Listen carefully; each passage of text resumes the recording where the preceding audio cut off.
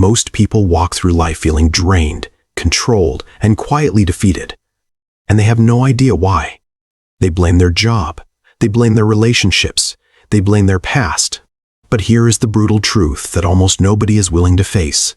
No one is stealing your power. You are handing it over, willingly, every single day. And the worst part, you have been taught to call it normal. Epictetus was born a slave. He owned nothing. He controlled nothing, not his freedom, not his body, not his fate. And yet, he became one of the most powerful human beings who ever lived, not because his circumstances changed, but because he understood something so sharp, so radical, that it split his entire reality in two. There are things within your control, and there are things that are not.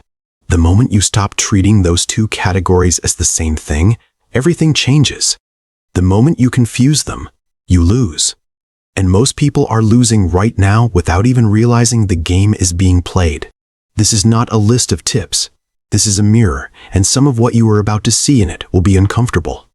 The first sign you are giving away your power is that you need people to understand you. Think about how much energy you pour into explaining yourself. Defending your choices.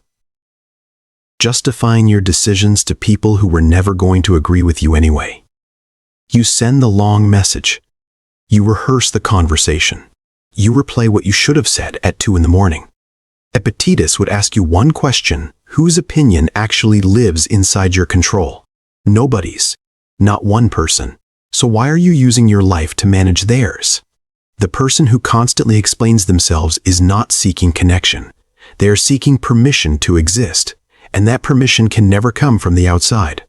The second sign is that you change yourself based on who is watching. You have a version of yourself for your parents, a version for your boss, a version for social media, a version for old friends. And somewhere underneath all of those performances, there is a real person who never gets to speak. This is not adaptability. This is self-erasure. Every time you shrink yourself to fit a room, you are quietly confirming that who you actually are is not enough. Epictetus lived in chains and never pretended to be anything other than what he was. You live in freedom and wear a different mask every single day. Ask yourself which one of you is actually imprisoned. The third sign is that your mood lives inside other people's behavior.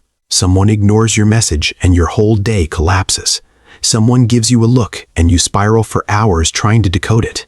Someone fails to acknowledge your effort and suddenly you feel invisible, small, worthless. This is one of the most dangerous traps a human being can fall into, because when your internal state is controlled by external events, you have no internal state at all. You're just a mirror reflecting everyone else's chaos back into your own chest. Epictetus called this the most fundamental error a person can make, treating what is outside you as though it belongs to you. It does not. It never did. The weather does not owe you sunshine. People do not owe you their best behavior. And your peace cannot depend on either. The fourth sign is that you are afraid of being wrong.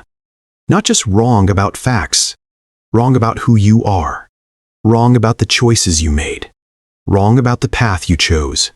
And so instead of updating, you defend. Instead of growing, you protect your old positions like a soldier still fighting a war that ended years ago. Real power requires the willingness to be proven wrong and to welcome it. Because every time you are wrong and you admit it, you get closer to what is actually true. Every time you deny it, you drift further from reality and further from yourself. Weakness disguises itself as certainty. Pay attention to the things you are most desperate to defend. The fifth sign is that you are waiting for the right conditions.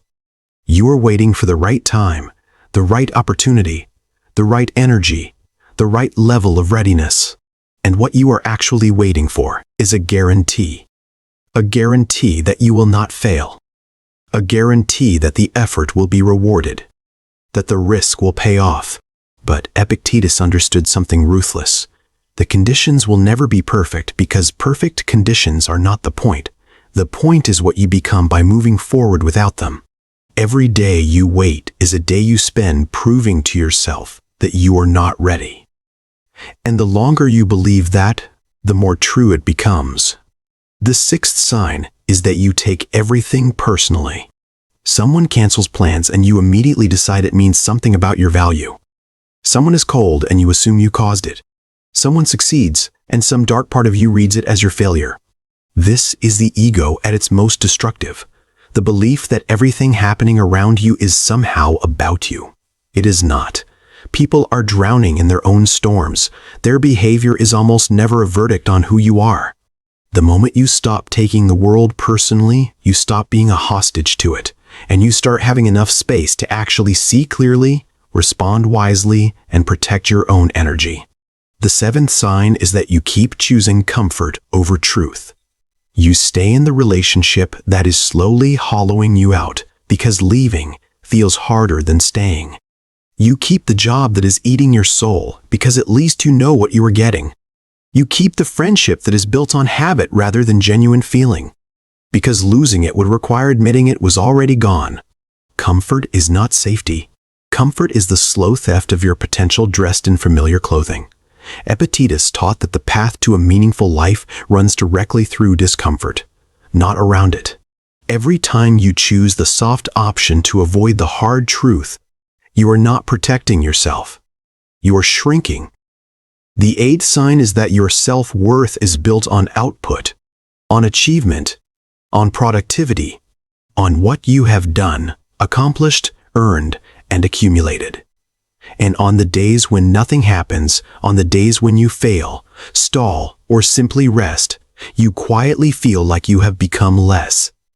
This is a brutal way to live, because it means you are only ever one bad month, one bad review, one wrong decision away from feeling worthless.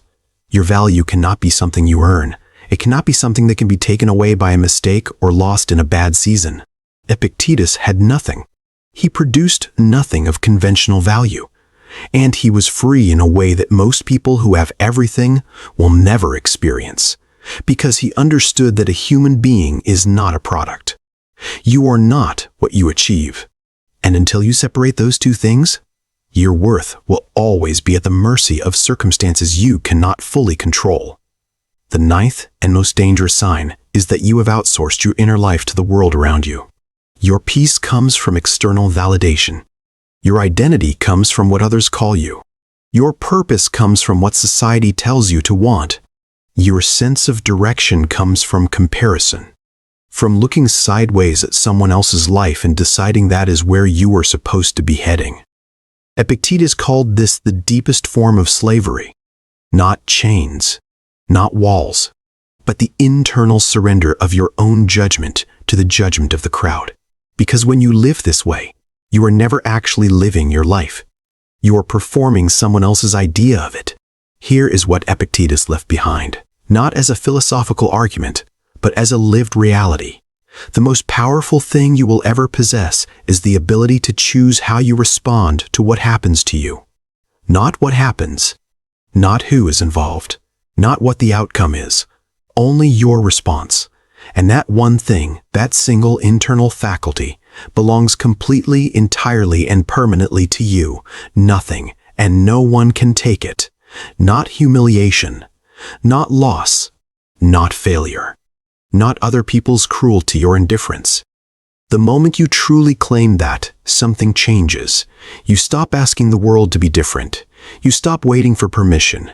You stop needing the mirror to say something kind. You become, for the first time, genuinely free. Not because your life got easier, but because you stopped giving your power away to things that were never worthy of holding it. The question is not whether you have been doing this. You have. We all have. The question is whether you are willing to stop.